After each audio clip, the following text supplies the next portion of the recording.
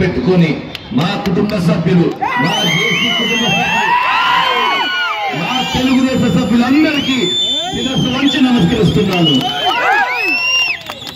ఎట్లున్నారన్నా? Joke చూస్తుంటే సూపరా సూపరా. అసలుకి election ఎందుకు?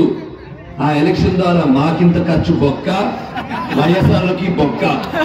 ఈ జనము ఈ ఆడికిలో చూస్తున్న ప్రేమ అభిమానం చూస్తే వైఎస్ఆర్ వాళ్ళు ఎందుకు ఎలక్షన్ వాళ్ళ లెక్కన మిగిలించుకుంటారని నేను నమ్ముతున్నాను.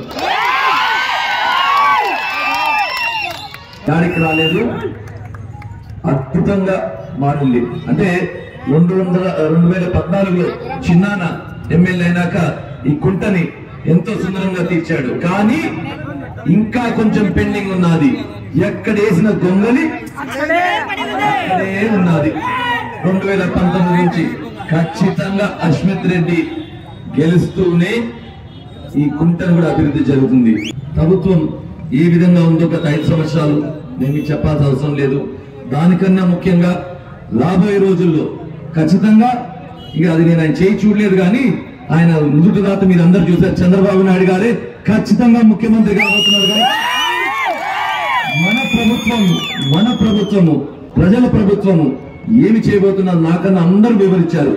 డీటెయిల్ గా ఆడవారికి ఇంటింటికి వచ్చే లబ్ధి చెప్పారు, రైతులకు చెప్పారు.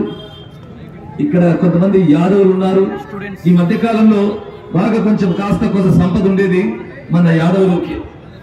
బహుశా అది చూసే తెలుగుదేశం పార్టీ ప్రతి కుటుంబానికి గొర్రెలు కొనడానికి కూడా ₹1,00,000 స్కీమ్ వస్తున్నది.